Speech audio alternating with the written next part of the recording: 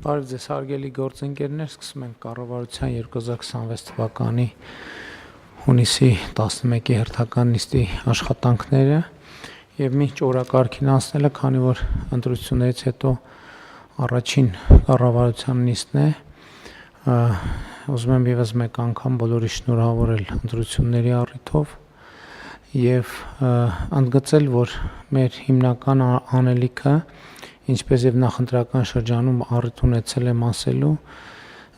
նոր որակի պետություն ստեղծելու մեր առաքելության շարունակությունն է եւ պետության վերելքը այն տրամաբանությամբ, որ պետությունը մարդու քաղաքացու անվտանգությունը, բարեկեցությունը ազատությունը ապահովելու միջոց է եւ մենք պետք է գործենք այդ տրամաբանությամբ։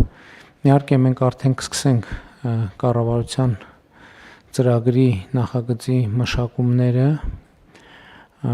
որը իհարկե նոր կառավարության ձևավորումից հետո պիտի հաստատվի ազգային ժողովում, նաև այս ընթացքում կփորձենք ոչ ֆորմալ քննարկումներ ունենալ կառավարության եւ ապագա կառավարության անդամների կամ ավելի լայն շրջանակի հետ, որպեսզի մեր անելիքները, ռազմավարությունները նախորդող շրջանի աշխատանքի վերլուծություններ իրականացնենք եւ պլանավորենք։ Իհարկե լավ լուրն այն է, որ նախկին երկու դեպքերում այսքան շատ ժամանակ չենք ունեցել ոչ կառավարության կազմի, ոչ ծրագրի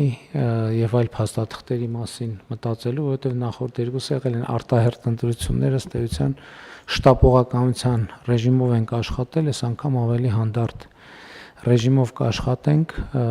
սրանից բխող բոլոր արդյունքներով։ Եվ իհարկե առաջիկայում ավելի մանրամասն խոսելու, քննարկելու առիթներ կունենանք, բայց կարծում եմ հիմնական տրամաբանությունը ակնհայտորեն լինելու է շարունակականությունը մեր գործողությունների եւ անելիքների, եւ դրա համար այս փուլում կարեւոր է նախորդող շրջանը ամբողջապես վերլուծենք, հասկանանք ինչն է, որ պետք է առավել ակտիվացնենք, ինչն է, որ ինչից է, որ պետք է հրաժարվենք եւ որտեղա որ մեր արդյունքները մեզ բավարար չեն թվում եւ պետք է այդտեղ ավելի մեծ ջանքեր գործադրենք։ Իհարկե նախորդող շրջանում խոսել ենք անդադել այդ մասին, այնպես չի որ սա նոր խոսակցություն է լինելու, բայց այնուամենայնիվ ուշադրությունը հրավիրելու համար նաև այսօր նոր գաղափար եմ առաջարկել, որ գուցե ի տարբերություն նախորդ ծրագրերի մեր առաջիկա ծրագրում մենք ունենանք առաջնահերթությունների հստակ ցանկ, որոնք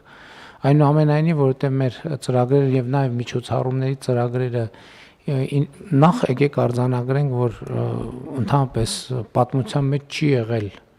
եւ չի լինելու այնպիսի ծրագիր, թե նախընտրական, թե կառավարության, որ 100%-ով իրականացվում է։ Այդպիսի բան ուղղակի ի բնե հնարավոր չի։ Սրա համար շատ կարեւոր է, որովհետեւ հանգամանքներ են փոխվում, նոր հանգամանքներ են ի հայտ գալիս, առաջնահերթություններ են փոխվում, բայց կարծում եմ կարեւոր է, որ մենք ունենանք առաջնահերթություններ եւ առաջնահերթությունների առաջնահերթություններ, ինչպես օրինակ նախորդ կառավարության ծրագրում հստակ արձանագրված էր, որ բոլոր առաջնահերթությունների առաջնահերթությունը խաղաղության